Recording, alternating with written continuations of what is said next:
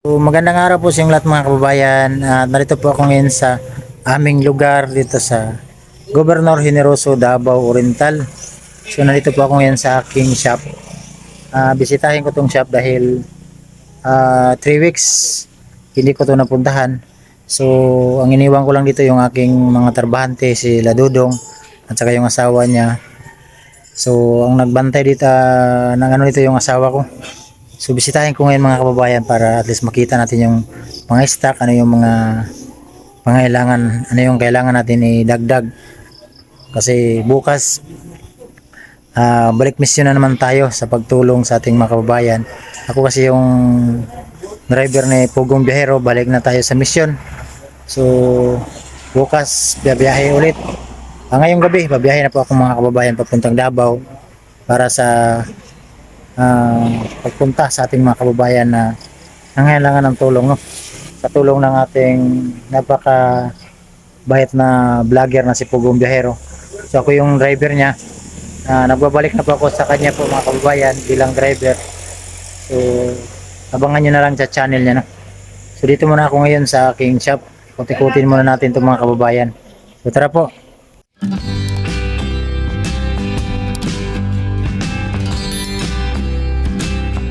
So yun mga kababayan, dito tayo sa loob. Ito yung mga stock natin na sa loob. Ito yung mga stock na binili. Kasi galing lang kami ng umpra mga kababayan. Kaya maraming laman tong ating shop. Ayan. So may mga stock pa rito. At ito yung helmet. Naka-ready na yan kasi mamaya biyahe na tayo ulit pagpunta ng Davao. So napayos itong sasakyan. Ano? Pati sasakyan dito mga kababayan nag-ayos. Nagtanggap din kami ng mga sasakyan kasi yung makiniko ko dito marunong din ng mga sasakyan. So yung mga motor, yan yung mga motor sa labas. Andyan. Pinayos na nila. May iba dito ng punching wheel, yung mga makina. Pinayos sila. So dito tayo sa likod. Ayan. Ito yung mga gulong na ating kinumpra. Daming stock dito mga kababayan. At hindi ko talaga to pinabayaan ba para kahit pa paano napakalaking tulong kasi to sa akin. Kaya iniingatan ko talaga to na hindi mabankrupt. Kasi ang nagtulong po sa akin ito ay isa ring sponsor na si Ating. Kaya inalagaan ko talaga to, no? Ito ating shop. Kasi walang magtulong sa iyo, kaya ang pagtulong, ingatan, alagaan para kahit pa paano makatulong. Kung wala akong vlog, dito ako tulong-tulong sa aking mga tao dito. Kasi may talent din tayo na simple lang yung talent natin. Ito mga battery. Ito carburetor ito mga kababayan. Ito yung battery.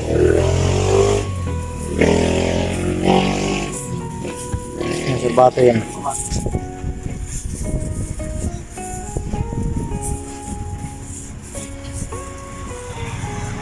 Ito yung mga bearing. Ito mga ano to? Mga bearing.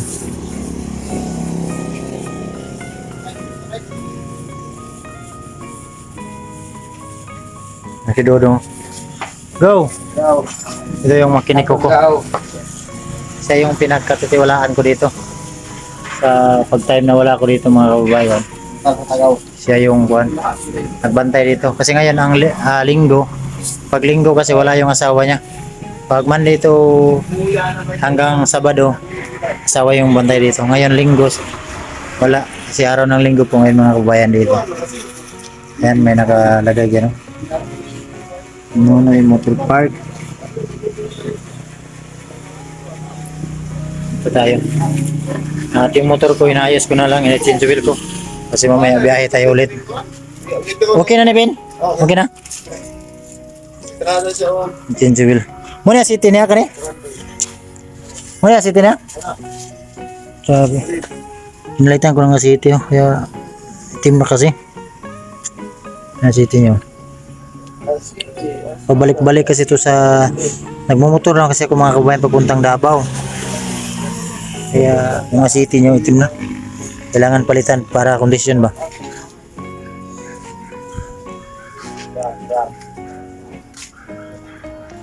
Yung mga motor nila oh. Inaayos. Kanina napakaraming motor dito.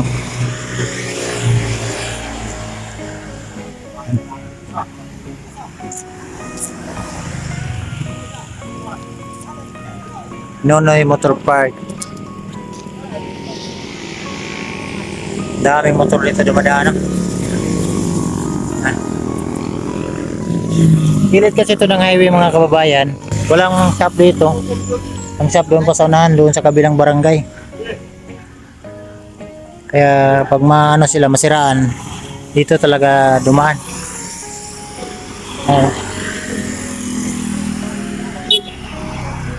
Puro motor yung dumadaan. Yan ang pwesto natin mga kababayan. Ayan. Puno ng stock.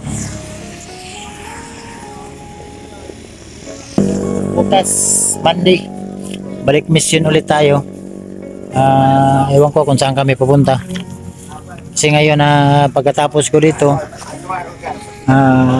pinuntahan ko lang ito para mabisita ko ba. So siguro mamaya mag alas 7 ng gabi ay babalik na naman ng Davao para bukas mission ulit. Pagpunta sa ating mga kababayan na nangailangan ng tulong. So pag malayo kasi ako yung nag-drive kang pugong biyahero para makapagpatuloy sa misyon no? Sa pagpunta sa ating mga kababayan na nangailangan ng tulong. So yun ang misyon namin. Kahit pa paano nakapag-vlog din tayo ng behind the scene. Maraming salamat po sa inyong pagsuporta sa aking channel. Kahit pa paano ay may kunting kikitain tayo. Soon mag-vlog din tayo dito sa ating mga kababayan dito sa Davao Oriental. Pagtulong natin sa ating mga kababayan. So alam niyo naman na charity yung ating mission. Sa ngayon muna ay yun nga, doon muna ako sumama kang pugong no, Sir Paul. Sakyan no. Ayan o. Pinalitan ng walang monobila itong sasakyan na to. Isdudong yung nag-ayos ito mga kababayan. Kasi itong makiniko ko, ano to round. Kahit anong ipaayos mo nito, marunong to.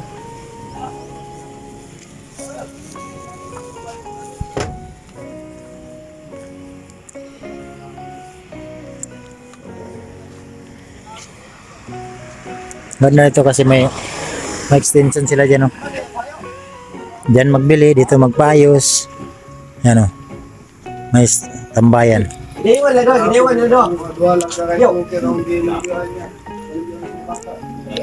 Napakalawak yung ating pwesto ng shop. Yan.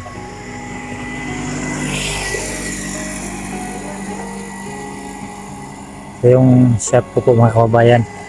Sa tulong ng ating sponsor na napakabait na si Ate Yeng na taga Bukidnon din. No? Si Ate Yeng po ay nandyan ngayon, nandoon sa US nagtrabaho. So siya po yung nagbigay sa akin dito, nagtulong. Kaya ko to nagawa no, kasi napakatagal ko tong pangarap mga kababayan na magkaroon ako ng ganito shop. Kasi dito sa amin ay maraming motor tapos walang pisa ng motor ba. Kasi kung pupunta ka pa ng sentro mula dito napakalayo pa, mga 1 hour and 30 minutes. So doon kasi sa unahan ito napakaraming barangay pa, siguro nasa mga 7 barangay o 6 o parang ganun. So mayroon naman shop doon pero malayo pa. Kaya dito ngayon ay kahit pa paano yung mga kababayan natin na masiraan ng motor makahinto dito kasi may shop naman. Hindi na siya pupunta sa malayo.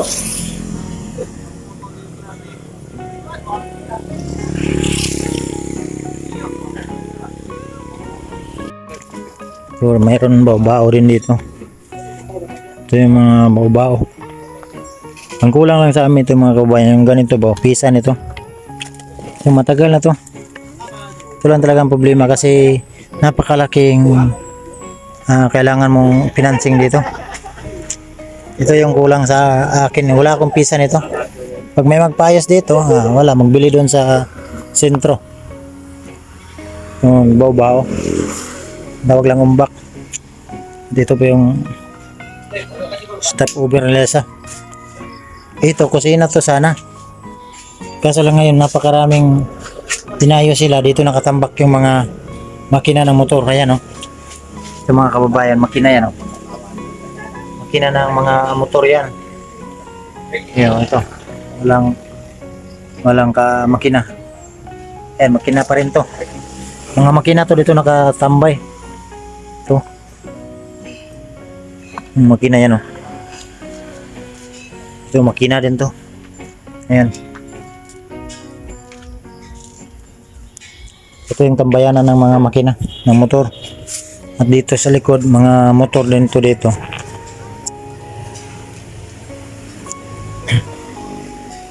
Ito mga motor to dito. Buti ngayon na ano na lang, kunti na lang kasi dati napakaraming motor dito. Ay, isa pa. Ito yung iba. So ito mga kababayan, lala ng sakit ito. Hindi talaga kaya ng may-ari. Siyempre kapos din sa buhay, ay wala pang pera kaya na standby ito dito. Hindi naman natin pilitin na ipayos kasi wala sigurong buwan. Kaya dito na tambay. Yun pa yung isa, oh.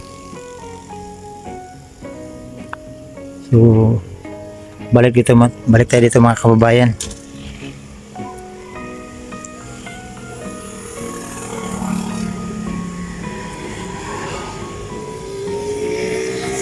Mga kababayan, dito na po ako sa aking bahay. So nandito ako ngayon para ito tayo na naman sa ating fish pond. So yun mga kababayan, namili ako ng pagkain nila kasi para may makain tong aking isda dito ba. Ayan, o. So namili ako ng ito, floater to yung pagkain nila. Bigyan natin to. Ayan mga kababayan, o. Dami ng mga isda, o. Yan sila, o. Marami na mga malalaki nito. Ayan, o.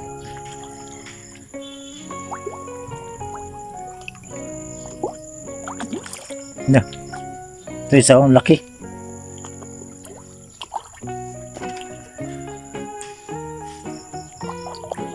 Ayan mga kababayan, nabuhay na yung mga isda. Dati namatay ito dito, ngayon di na. Ang dami na nila, oh. Ngayon, grabe yung tiniis ko nito ba. Hindi talaga ako minto kasi first kong lagay nito namatay, tapos pangalawa namatay pa rin, pangatlo hindi na. Kasi may nagturo sa atin yung ating mga viewers na ang gagawin daw nito pag magbutas ka, magawin mong fish pan, anuhin muna, paabutan muna ng 1 month o 2 months para maano yung lupa ba, kasi may chemicals ang lupa kaya namamatay yung mga isda. Kaya ngayon ang ginawa ko, linagyan ko ng tubig, tapos yun, dumami na sila. Yan, kita nyo mga kababayan, napakalaki, oh. Ito sa hindi against the light, yung malaking isda, oh. Yun.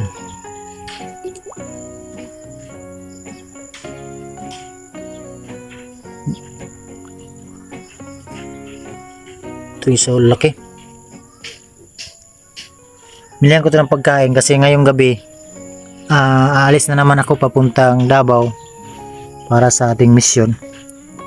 Nag-vlog muna ako dito para kahit pa paano may upload tayo ba. Galing ako doon sa aking shop. So namili ako ng floater. Ito pagkain nila. Yan.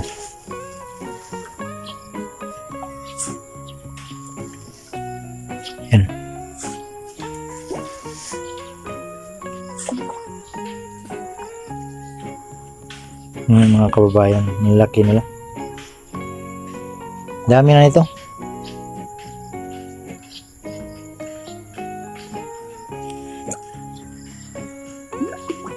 anuhin natin ang tubig para magperbente yung tubig. Kasi pag hapon pinatpatay ko tong tubig. Ayan. Walang bayad yung tubig ito mga kababayan. Yung durian ko malaki na sa likod ng bahay. May durian ako dito. Ayan, durian yan mga kababayan. Dito sila magtambay ah. Tingnan natin. Ganyan sila.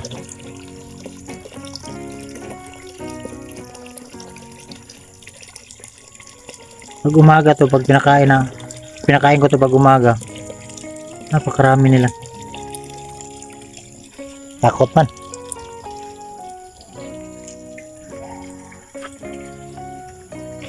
Yung may bago na ding similya nito, ayan o, mga maliliit, ayan o, yun yung similya nila, nanganak, yan.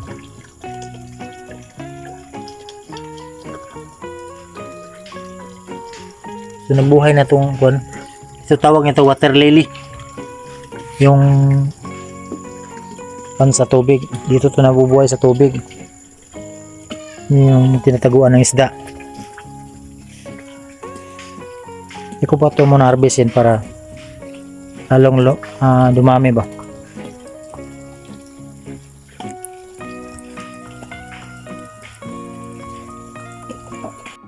At ito na ako sa bahay. Yung bahay mga kababayan. So hapon na, aalis ako ngayon papuntang Davao, siguro mga alas 6 o alas 7 ng gabi. So ganun yung alis ko. So nandiyan na yung motor, naka-ready na yung mga gamit natin para papunta doon ng Davao. So galing ako ng shop mga kababayan, na-change wheel ko muna yung motor para makondisyon yung mga brake saka kadina saka gulong para safety yung ating biyahe. Tyler. So Tyler nandito na sa loob.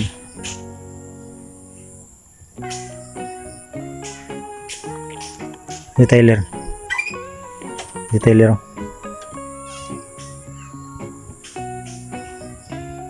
Diyan lang si Tyler. Sinilas na. Sinilas eh. Stay, gawas. Labas. So dito na. Nag-prepare ako para aalis na naman. Babalik na naman tayo sa ating mission. So dito ako sa bahay mga kababayan. Para sa ating mission, kailangan natin mag-vlog. Ayan si Tyler. Sama siguro to ba? Tyler!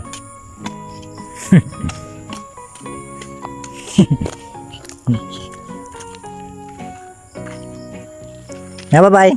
Hi. Hi. Bye. Bye. Hi. Bye. Bye. Bye. Bye. Bye. Bye. Yeah. Bye-bye. Bye-bye. Bye-bye. Bye-bye. Bye-bye. Bye-bye. So, iwan naman to dito ngayon.